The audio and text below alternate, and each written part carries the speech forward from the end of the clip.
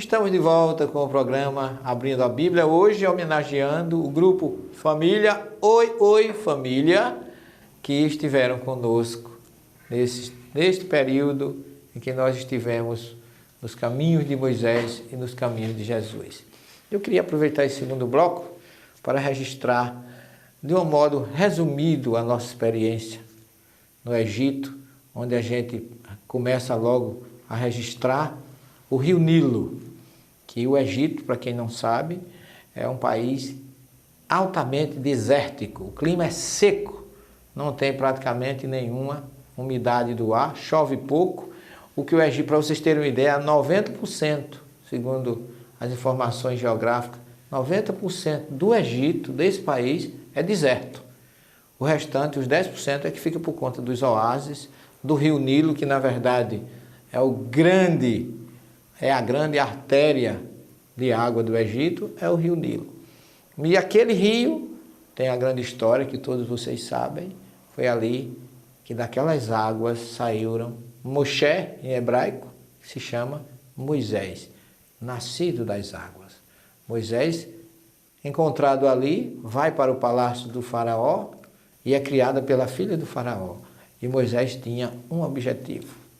Moisés iria ser convidado por Deus, depois de Abraão, Isaque, Jacó, José, que todos tiveram no Egito, vem Moisés, agora com o povo já escravo, para salvar aquele povo da escravidão. Mas uma coisa a gente não pode deixar de registrar.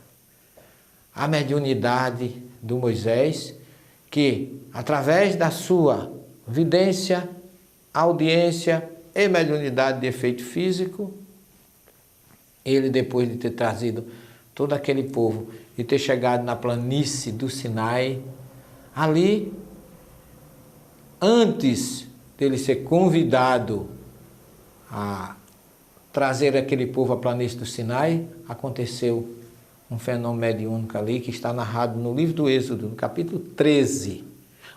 Capítulo 3, não é 13, é 3.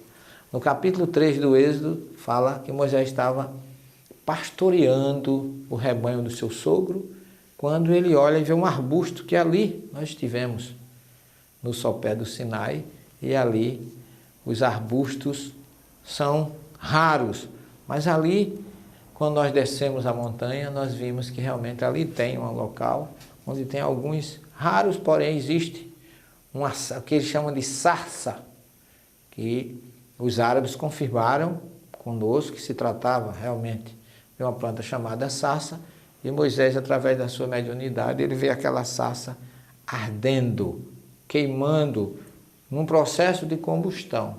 Só que o que chamou a atenção a ele não era a combustão, mas era que aquele processo não acabava. O arbusto queimava e continuava queimando incessantemente, e aquilo fez com que Moisés se aproximasse, curiosamente, para ver o que estava acontecendo. E de dentro daquela sarça, ele escuta uma voz chamando e dizendo a ele que fosse ao Egito salvar o seu povo. Então, este processo, esta queima, essa combustão que ardia e não se consumia, é um fenômeno mediúnico de efeito físico conhecido na doutrina e na classificação do nosso querido codificador Allan Kardec como mediunidade de efeito físico do tipo pirogenia, do grego piro, fogo, e genes, origem. O efeito que origina a queima espontânea.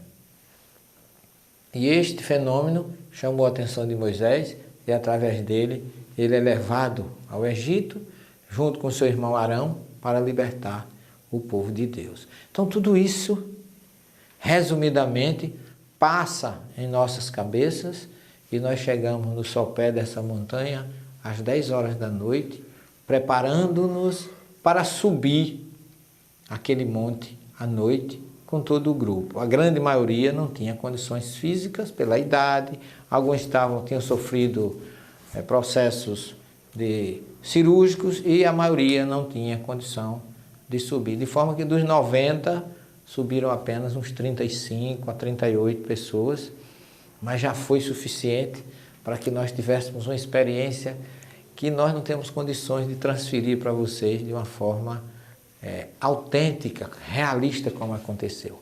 Particularmente eu digo para você, meu querido amigo telespectador, nessa viagem Deus me deu de presente 2 sonhos que eu tinha em minha vida. O primeiro era dormir ou passar uma noite no deserto, e eu passei.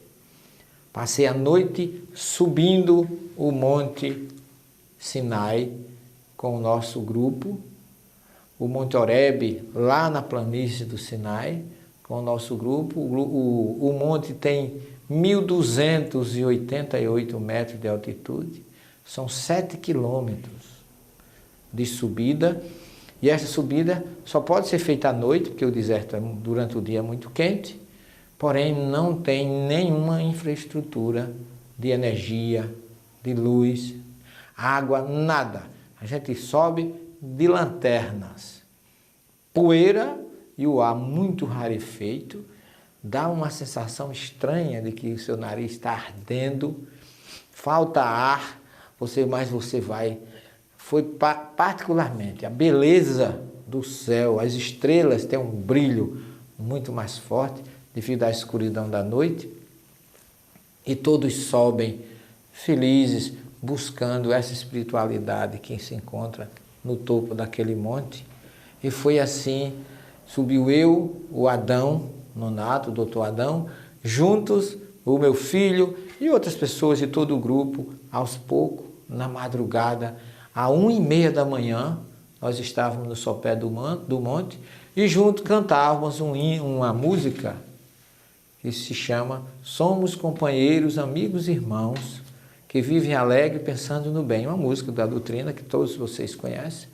E lentamente fomos subindo aquela montanha e parecia que cada passo que a gente dava, mais próximo de Deus a gente ficava. Foi uma experiência inesquecível. O grupo conseguiu ver o sol nascer, o dia amanhecer e o sol nascer no Monte Sinai, e nós saímos 1h30 da manhã, e quando chegamos no topo do monte era às 6 da manhã. O sol já tinha nascido, mas o espetáculo é indescritível.